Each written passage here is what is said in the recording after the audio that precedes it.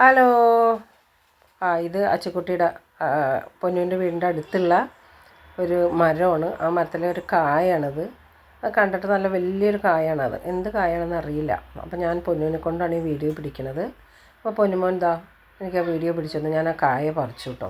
നല്ല വലിയ കായാണ്. അതിൻ്റെ പുറത്ത് ചെറിയ ചെറിയ ചെറിയ മുള്ളുകളുണ്ട് കേട്ടോ. ചെറിയ മുള്ളാണ്, നമുക്ക് പിടിക്കാം. പക്ഷേ ഞാനും പൊന്നും കൂടെ അത് വീട്ടിൽ കൊണ്ടുവന്നു കേട്ടോ.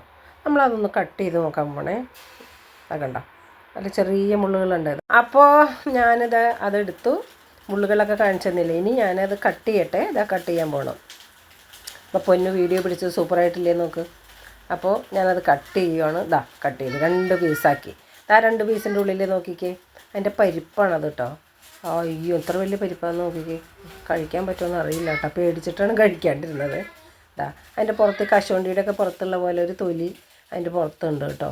അപ്പോൾ നമ്മളത് നല്ല വാസനയാണ് കേട്ടോ. ഞാനത് മണത്ത് നോക്കിയേ, നല്ലൊരു വാസനയാണ്. അത് നമ്മുടെ കശുവണ്ടിയുടെ പോലത്തെ ഒന്നുമില്ല, നല്ല വാസനയാണ്. അതിൻ്റെ എന്താണ് അത് പറയാൻ പറ്റുന്ന ഒരു സ്മെല്ലല്ല. അപ്പോൾ നല്ലൊരു സ്മെല്ലും ഉണ്ട് അതിന്.